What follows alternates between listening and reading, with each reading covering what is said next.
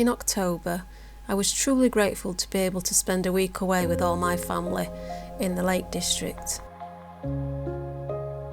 at a place called Nettle Slack, a beautiful home dating back to the 14th century.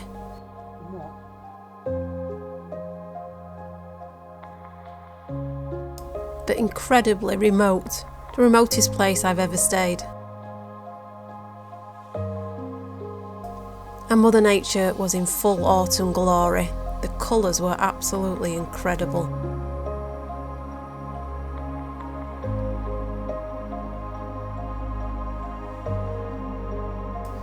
This was the main road in.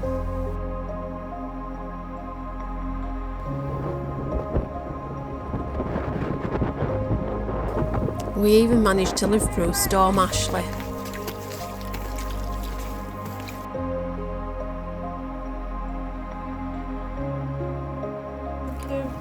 It was a truly breathtaking place. We did plenty of walks.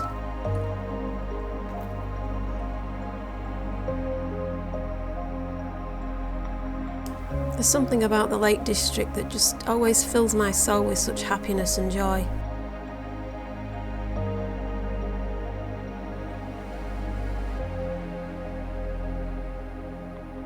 So this is what I've decided to paint. I think this just captures everything about our time away. The remoteness, the colours, beautiful. So as you can see, I had a few technical issues and the full blocking in stage is actually totally out of focus. So I'll go quite quickly through this. It just hurts your eyes too much to watch this. So I work quite small. This is A4 in size, and I sort of saw this one as kind of a practice piece. I wanted to work incredibly loose on this, so this was me sort of working out if I could.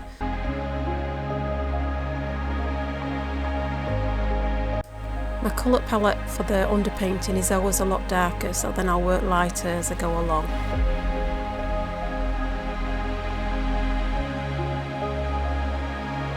And I'm really pushing the colour palette, as you can see, well, nearly see. Anyway, this is what it did look like when I'd finished. So I decided to do a little bit of an experiment.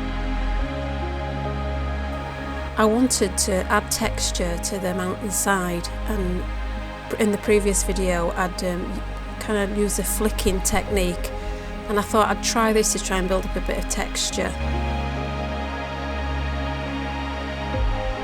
Now it was really good fun, but it didn't really do what I wanted it to. I think the issue with it was it was too small. I think if I'd used a bigger sheet of paper, which I plan to do next, then I think this would work quite well.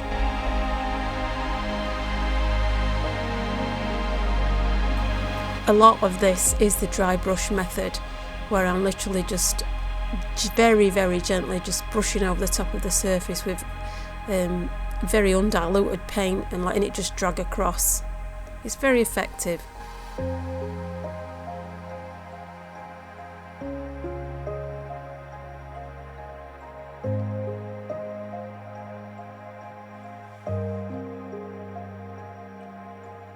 I'm squinting all the time I'm doing this so that I can just see the shapes rather than the detail.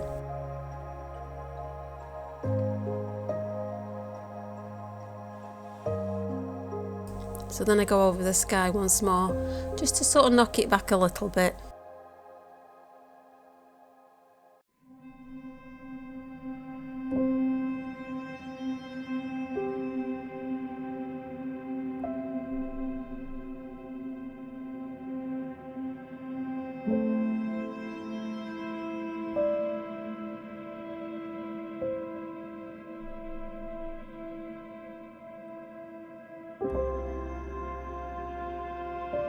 This was a lovely limey green colour, and I couldn't resist just adding it everywhere. It looks so nice against the orange too.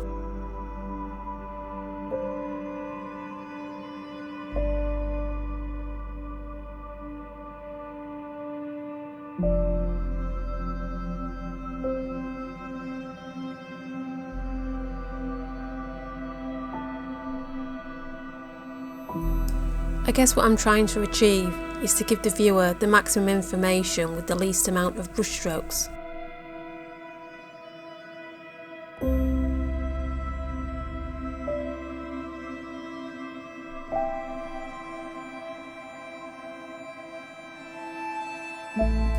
I really enjoy working this way, really loosely, and just letting my hand just sort of just relax and just sort of follow shapes and forms.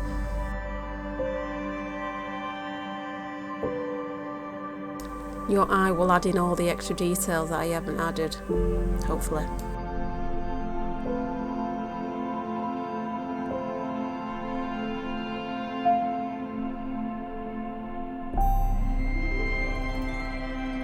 I guess what I was trying to achieve with the house is so that it would just sort of blend straight into the picture, so it's part of the landscape really, rather than just a house sticking out like a sore thumb. I wanted it to just blend in. I mean, it's been there for that long that it is actually part of the landscape now. Nettle Slack even actually appears on the OS map as well.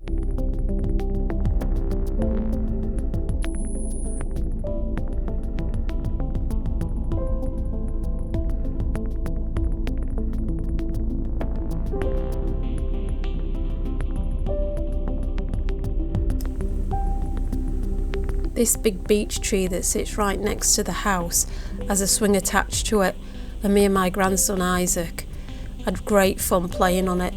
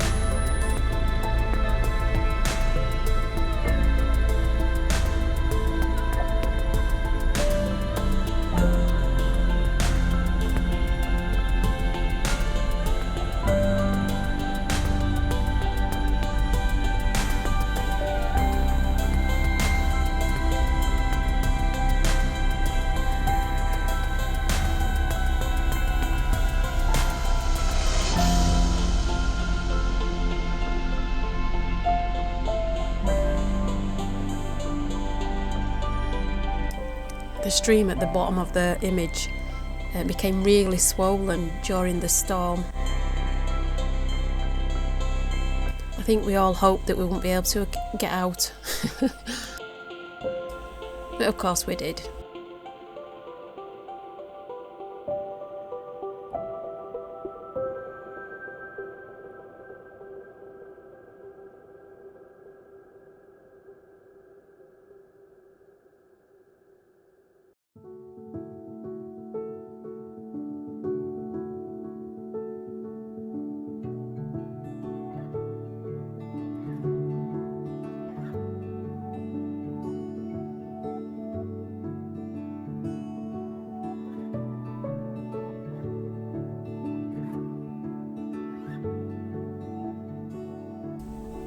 This stream was that clear and fresh, there was actually watercress growing in it.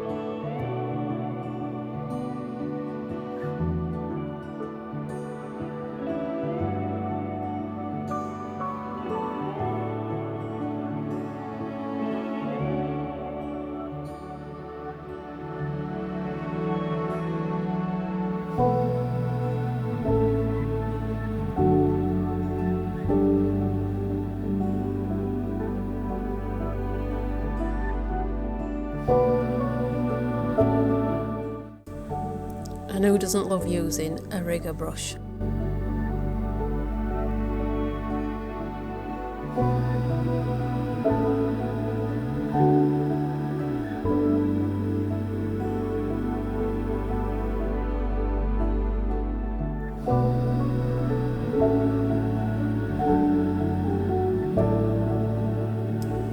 All finished. Let's get that masking tape off, see what it looks like. Not bad. There you can see all the textures up close.